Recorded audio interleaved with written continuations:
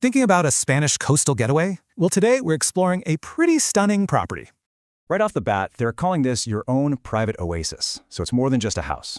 It's tucked away in an exclusive neighborhood, but you're just minutes from lively Lloret de Mar. Okay, let's step inside. First up, a big dining room with a cozy fireplace. Nice. And check out those sea views. Can you imagine your morning coffee here? Just perfect.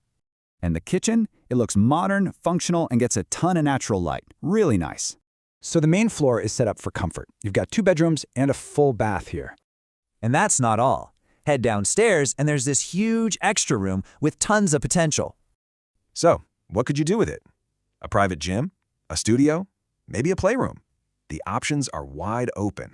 But the listing says the best part is actually outside. Let's go take a look.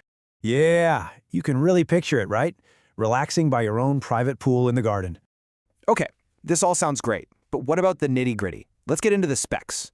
The asking price is 319,000 euros. For a place like this, not bad at all. So here's the basic breakdown. It's a detached house, built back in '69. Pretty solid. And here you can see the difference between built area and usable space. It's an efficient layout.